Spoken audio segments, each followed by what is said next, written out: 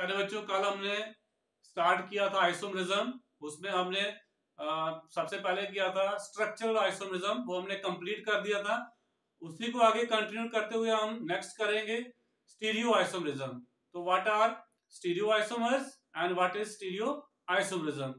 तो बच्चे दो से ज्यादा मॉलिक्यूल जिनका मॉलिक्यूलर फार्मूला क्या रहता है, सेम रहता है। जब हम आइसोमर कह रहे हैं इट मींस मॉलिक्यूलर फार्मूला क्या होगा, सेम होगा। उनका स्ट्रक्चर भी क्या है, सेम है, but relative arrangement of atoms, जहां ग्रुप ऑफ एटम्स की जो रिलेटिव अरेंजमेंट है स्पेस में अलग अलग हो, तो ऐसे आइसोमर्स को हम क्या बोलते हैं, स्टीरियो आइसोमर्स। तो what are stereo isomers? Two और more than two molecules having same molecular formula, same structure but different relative arrangement of atoms or group of atoms in space are known as stereoisomers। तो चलिए इसको थोड़ा सा समझने की कोशिश करते हैं, मीनिंग क्या है इसका। मान लीजिए मेरे पास यहाँ पे कोई एटम है, सपोज कर लीजिए यहाँ पे कार्बन है, कार्बन के साथ चार आपको पता है बॉन्ड बनते हैं। तो मान लीजिए यहाँ पे ऐसे चार बॉन्ड बने हुए हैं। यहाँ पे एक कोई एटम मान लीजिए, जहां पे मैं मानता हूं ये हमारा हाइड्रोजन है और इस तरफ हमारा क्या है, क्लोरीन है। ऐसे मान के चलिए ये हमारा हाइड्रोजन है और ये हमारा क्या है, क्लोरीन है। ऊपर हमारा ब्रोमीन है, नीचे क्या है हमारा आयोडीन है। तो ऐसे मान के चलिए एक मॉलिक्यूल है, ये हाइड्रोजन, ये क्लोरीन, ये ब्रोमीन, ये आयोडीन और जहां पे क्या है कार्बन है, ये एक मॉलिक्यूल है। अब हम क्या करते हैं, एक दूसरा मॉलिक्यूल लेते हैं, वो इस तरह का है। ये हमारा ब्रोमीन, ये हमारा आयोडीन, ये हमारा क्या है क्लोरीन और ये क्या है हाइड्रोजन है। पहले हाइड्रोजन इस तरफ था, अब हाइड्रोजन इधर चला गया है, क्लोरीन इधर था, वो इधर आ गया है। देखिए इन दोनों का स्ट्रक्चर सेम है, जो बॉन्ड थे वो सेम एटम के साथ हैं, वो बिल्कुल सेम है। फर्क क्या है, इन दो एटम के सराउंडिंग में जो है अरेंजमेंट एटम्स की, इनकी क्या कर रही है, वेरी कर रही है। एक में ये वाला इधर था, ये वाला इधर, अब दूसरे में क्या हो गया, जो इधर था वो इधर चला गया, इधर वाला इधर चला गया है। तो ऐसे पेयर्स, एक ये मॉलिक्यूल, दूसरा मॉलिक्यूल कौन सा, ये वाला, ये दोनों आपस में क्या कहलाएंगे, स्टीरियो आइसोमर्स। तो दो या दो से ज्यादा मॉलिक्यूल जिनका मॉलिक्यूलर फार्मूला सेम है, स्ट्रक्चर सेम है, बट रिलेटिव अरेंजमेंट स्पेस में क्या हो, डिफरेंट हो, उनको हम क्या बोलते हैं, स्टीरियो आइसोमर्स। तो ये दो तरह के होते हैं, कन्फिगरेशनल और कन्फर्मेशनल। अब मेरे पास मॉडल नहीं है बच्चे, तो नहीं तो आपको बड़ा अच्छे से ये चीज समझाने वाली, वो मॉडल के थ्रू ही ज्यादा समझ आती है, यानी वो हमने जुगाड़ करना है, इससे काम चलाना है। तो आई होप आपको थोड़ा समझ आया होगा व्हाट आर स्टीरियो आइसोमर्स। तो ये दो तरह के होते हैं, कन्फिगरेशनल और दूसरे कौन से होते हैं, कन्फर्मेशनल। कन्फिगरेशनल कौन से स्टीरियो आइसोमर्स होते हैं, ये वो स्टीरियो आइसोमर्स होते हैं जिनको अगर आपने एक आइसोमर को दूसरे आइसोमर में कन्वर्ट करना है तो बिना बॉन्ड ब्रेक किए हुए, बिना बॉन्ड फॉर्म किए हुए आप कन्वर्ट नहीं कर पाते हैं। तो ऐसे स्टीरियो आइसोमर जिनको आपस में इंटर कन्वर्ट करने के लिए आपको बॉन्ड ब्रेक करना पड़ता है और फिर बॉन्ड फॉर्म करना पड़ता है, without bond breaking bond making, वो एक दूसरे में इंटर कन्वर्टेबल नहीं होते हैं। तो ऐसे स्टीरियो आइसोमर्स को हम क्या बोलते हैं, कन्फिगरेशनल आइसोमर्स बोलते हैं। तो stereo isomers which can be interconverted only by breaking and remaking covalent bonds and not simply by rotation about sigma bond are known as configurational isomers and are of two types, geometrical and optical। तो जो कन्फिगरेशनल isomers हैं ये भी दो type के होते हैं, एक होता है ज्योमेट्रिकल आइसोमर्स और दूसरे होते हैं ऑप्टिकल आइसोमर्स। ये जो हमने पढ़ने हैं यहाँ पे कन्फर्मेशन आइसोमर्स, इनमें बेसिकली एक आइसोमर को दूसरे में कन्वर्ट करना है तो आप बॉन्ड को ब्रेक नहीं करते हैं, बॉन्ड को सिंपली रोटेट करते हैं, तो एक मॉलिक्यूल दूसरे में कन्वर्ट हो जाता है। बट कन्फिगरेशन में रोटेशन से नहीं, बॉन्ड को ब्रेक करना पड़ता है, बॉन्ड को दोबारा फॉर्म करना पड़ता है, ये दोनों में फर्क है। तो कन्फर्मेशन आइसोमर हम बाद में डिस्कस करेंगे डिटेल में। चलिए सीधा बात करते हैं, what is geometrical isomerism and what are geometrical isomers. तो ज्योमेट्रिकल आइसोमर्स क्या होते हैं, stereo isomers which differs in the relative spatial arrangement of atoms or group of atoms, या simply groups कह सकते हैं, due to restricted rotation, around double bond or rigidity of ring structure are known as geometrical isomers and the phenomena is known as geometrical isomerism. तो what are geometrical isomers? तो geometrical आपको पहले ही पता है कि किसकी टाइप है, ये स्टीरियो आइसोमर्स की टाइप है. It means relative arrangement of atom क्या करेगी, इनमें वेरी करेगी. पर क्यों करेगी इनमें, कन्फिगरेशन में, कन्फिगरेशन कौन सी टाइप कर रहे हैं हम, ज्योमेट्रिकल. तो ज्योमेट्रिकल में क्यों अरेंजमेंट डिफरेंट होगी, ड्यू टू रिस्ट्रिक्टेड रोटेशन. मान लीजिए हमारे पास ये एटम है यहाँ पे और दूसरा एटम जहाँ पे कार्बन कार्बन मान लीजिए, इन दोनों के बीच में डबल बॉन्ड है, ये भी बॉन्ड है और दूसरा ये बॉन्ड है. अब अगर इनको आप रोटेट करते हैं तो एक स्टेज के बाद रोटेशन क्या हो जाती है, रिस्ट्रिक्टेड हो जाती है. अब इसके बाद आप रोटेट नहीं कर सकते हैं. अगर इनके बीच में सिंगल बॉन्ड होता है इस तरह से, तो आप क्या कर सकते हैं, इसको आराम से जितना मर्जी 360 डिग्री आप क्या कर सकते हैं, रोटेट कर सकते हैं. बट डबल बॉन्ड अगर है तो आप एक लिमिट के बाद जब इनको रोटेट करेंगे, ये इस तरह से सिचुएशन बन जाएगी, इसके बाद ये रोटेशन रिस्ट्रिक्टेड हो जाएगी, रोटेट नहीं कर पाएगा. तो अगर रिस्ट्रिक्टेड रोटेशन की वजह से अरेंजमेंट वेरी करती है, स्पेशल अरेंजमेंट वेरी करती है, जहां कभी कभी रिंग होती है, जैसे जहां पे अगर हम 6 मेंबर रिंग ले लें तो रिंग को भी आप रोटेट नहीं कर पाते हैं, उसकी वजह से भी रिलेटिव अरेंजमेंट एटम्स की क्या करती है, वेरी करती है.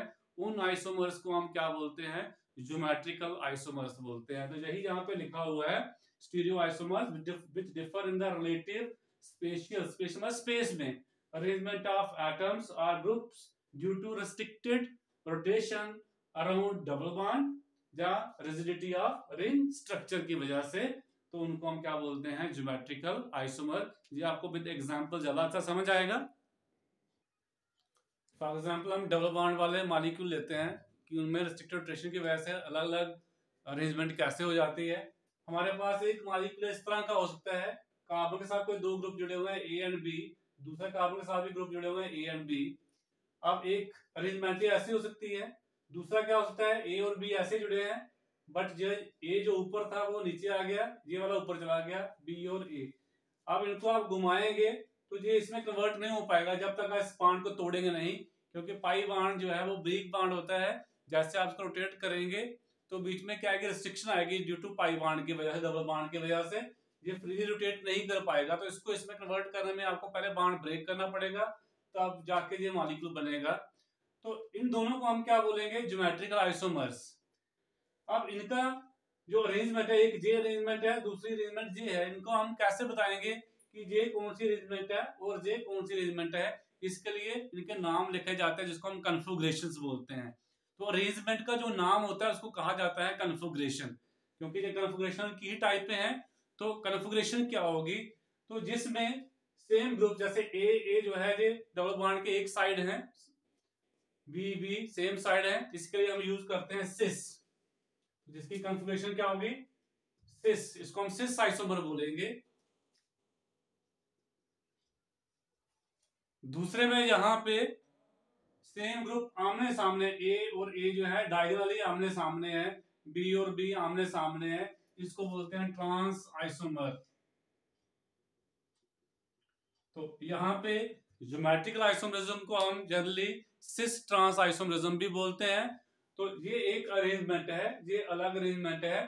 दोनों का नाम क्या होगा, जिसमें सेम ग्रुप सेम साइड पे फॉल करेंगे उसको बोलेंगे सिस आइसोमर, जिसमें डायगोनली आमने सामने सेम ग्रुप्स होंगे उसको क्या बोलेंगे, ट्रांस. तो इसकी कन्फिगरेशन क्या है, सिस, इसकी क्या है, ट्रांस. जैसे ये एग्जांपल लिया मैंने, ये जर्नल हो गया, इस तरह से आप इसमें ए मैंने एच ले लिया, बी मैंने क्या ले लिया, CH3, फिर HCI3. इसमें H और H दोनों सेम तरफ है, CH3 भी सेम साइड पे है, तो इसको बोलेंगे सिस. अब इसका आप नाम भी लिख सकते हैं, नंबरिंग यहां से स्टार्ट होगी 1 2 3 4. तो चेन में 4 कार्बन है, इसका नाम क्या होगा, कौन सी कॉन्फ़िगरेशन है इसकी, सिस. ब्यूट, डबल बॉन्ड कहां पे है, 2 पे, डबल बॉन्ड पे क्या लगाया जाता है, इन, तो इसका नाम है सिस ब्यूट 2 इन. इसका नाम क्या होगा, 1 2 3 4 ट्रांस ब्यूट 2 इन. तो नॉमेनक्लेचर में भी आप डिफरेंशिएट कर सकते हैं दोनों की कॉन्फ़िगरेशन अलग अलग कैसे है. फिर दूसरा हो सकता है ए और बी डबल बॉन्ड, जहां पे कार्बन कार्बन डबल बॉन्ड है, यहाँ पे ए हो, दूसरा जो ग्रुप है वो बी ना हो, कुछ और हो। मैंने सी इसलिए नहीं लिखा कि सी जहां पे हम कार्बन लिख रहे हैं, तो यहाँ पे मैंने डी ले लिया।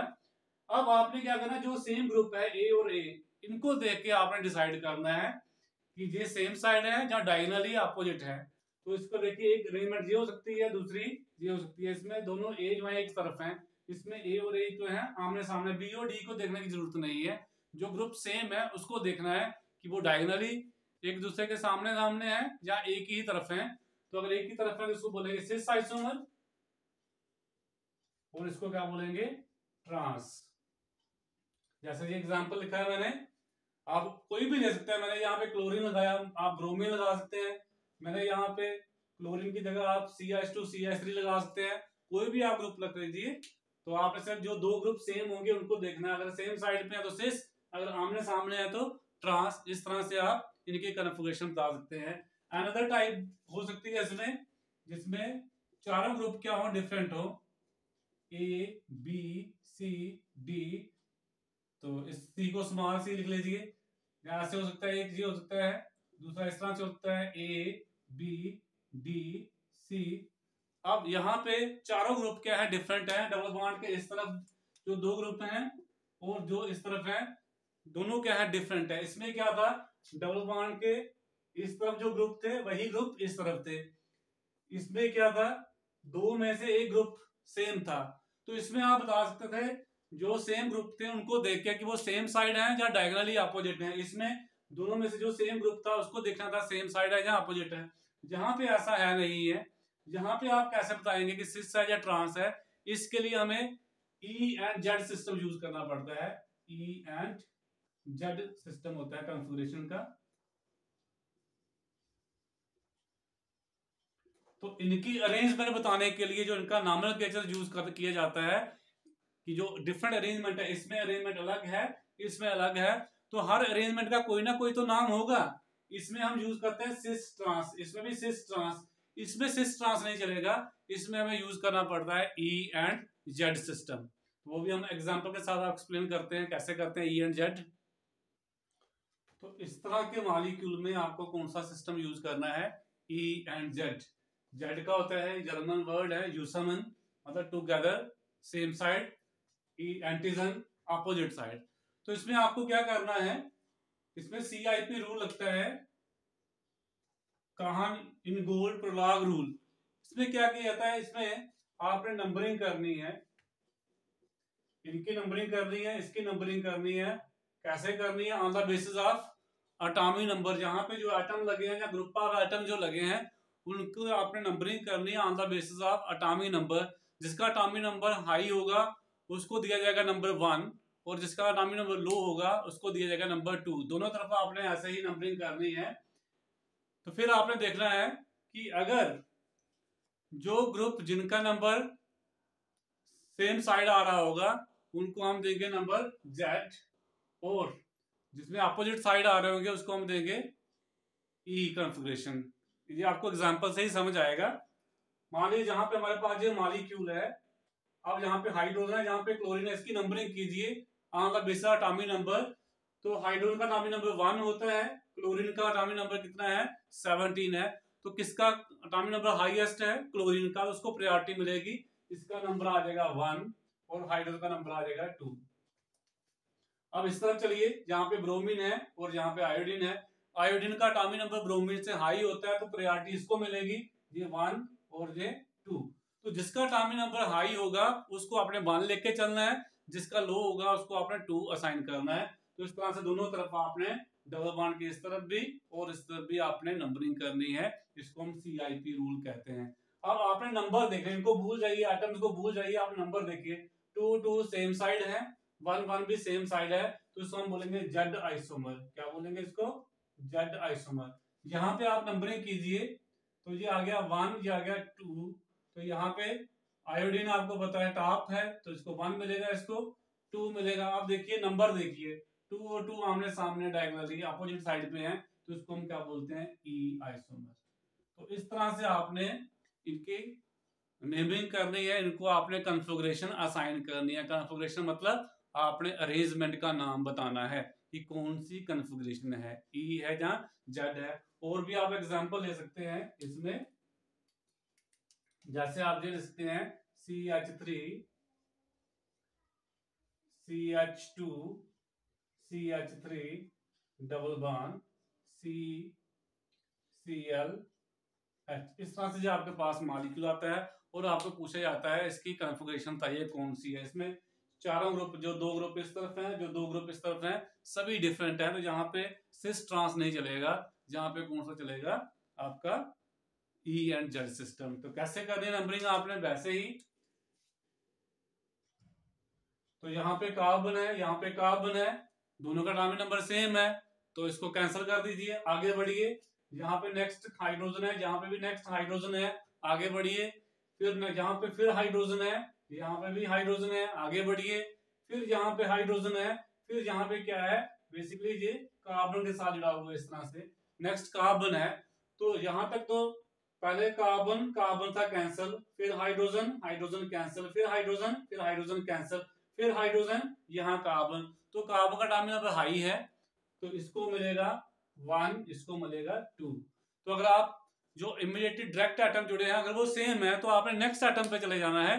तो जब तक वो चलता रहेगा आपके पास, अगर एटम सेम आते जा रहे हैं आपने आगे बढ़ते जाना है। जैसे डिफरेंट एटम आएगा आपने वहां पे देखना है किसका एटॉमिक नंबर हाई है, जिसका हाई होगा उसको 1 असाइन करना है और जिसका लो होगा उसको 2 करना है। जैसे मैंने आपको यहाँ पे करवा के दिखाया कि जहां पे एक था CH, जहाँ पे 3 हाइड्रोजन है, आप इसको ओपन करके लिख सकते हैं अच्छी तरह से, हाइड्रोजन हाइड्रोजन। यहाँ पे क्या है, 2 हाइड्रोजन है।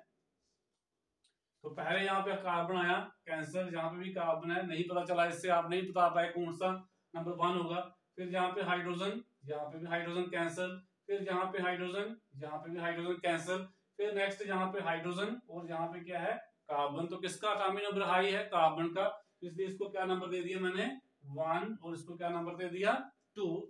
इस तरफ आसान है, क्लोरीन का हाई है तो 1, ये 2। तो जहां नंबर देखिए 2 2 अपोजिट 1 1 अपोजिट, तो ये कौन सा हुआ E आइसोमर। कौन सा हुआ E आइसोमर।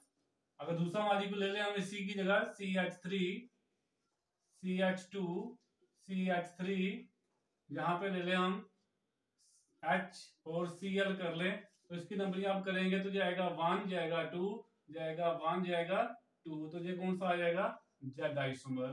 तो इस तरह से आप E एंड Z अरेंजमेंट जो है वो आप असाइन कर सकते हैं, E एंड Z इनको कॉन्फ़िगरेशन आप लिख सकते हैं क्या होगी। तो जरूरी नहीं है आपको डबल बॉन्ड दिया जाए। अभी हमने कार्बन कार्बन डबल बॉन्ड का ही डिस्कस किया है, जरूरी नहीं है कार्बन कार्बन डबल बॉन्ड हो, कार्बन डबल बॉन्ड नाइट्रोजन भी हो सकता है। तो वो आपको अभी नहीं करना है क्योंकि आपको जस्ट अभी इंट्रोडक्शन है, आपके सिलेबस में हाइड्रोकार्बन ही है 11th में, अल्कीन अल्कीन अल्काइन, इसलिए हमने कार्बन कार्बन डबल बॉन्ड का ही लिया है। कार्बन डबल बॉन्ड नाइट्रोजन का भी देख सकते हैं, वो हायर क्लास में जाके देखें, वहाँ सिन और एंटी कॉन्फ़िगरेशन यूज की जाते हैं, उसको छोड़ दीजिए। अब रिंग पे आते हैं, जरूरी नहीं है हमारे पास जो है डबल बॉन्ड दिया जाए, रिंग भी हो सकती है। जैसे ये साइक्लोहेक्सेन रिंग है, इसमें जो ग्रुप एक H ऊपर है, Cl नीचे है, Cl ऊपर है, H नीचे है, तो इसको आप क्या असाइन करेंगे, सिस या ट्रांस। तो आप देखिए जैसे इसको आप डबल बॉन्ड मान के चलिए, ये वाला क्या है डबल बॉन्ड है, क्योंकि रिंग में भी रोटेशन जो होती है रिस्ट्रिक्टेड होती है, जैसे आप रोटेट करेंगे रिंग जो है वो रोटेट नहीं करने देगी इसको। तो यहाँ इसमें और इसमें क्या है, रिंग की रोटेशन की वजह से ये सिग्मा बॉन्ड जो है, ये वाला सिग्मा बॉन्ड, इसके अराउंड जो है फ्री रोटेशन पॉसिबल नहीं है। तो एक अरेंजमेंट ये है, एक ये है, तो इसको आपने कैसे साइन करना है, इसमें यही जो डबल बॉन्ड वाला कंसेप्ट है वही लगाना है। सेम ग्रुप अगर सेम साइड है या अपोजिट है, यहाँ पे देखिए H और H अपोजिट है, Cl और Cl अपोजिट है, तो ये कौन सा आइसोमर होगा, ट्रांस आइसोमर। और जहां H और H सेम साइड है, Cl Cl सेम, तो ये कौन सा होगा सिस आइसोमर। तो अगर आपको रिंग स्ट्रक्चर दिए हैं वहां पे भी आप सिस ट्रांस आइसोमरिज्म यूज की जा सकती है कॉन्फ़िगरेशन असाइन करने के लिए। तो ये है ज्योमेट्रिकल आइसोमरिज्म। नेक्स्ट हम करेंगे, इसमें हमारे पास है ऑप्टिकल आइसोमरिज्म और बचा है एक कन्फर्मेशन आइसोमरिज्म। तो कॉन्फ़िगरेशन की 2 टाइपें हैं, एक हमने ज्योमेट्रिकल कर लिया, इसके बाद नेक्स्ट आएगी ऑप्टिकल आइसोमरिज्म।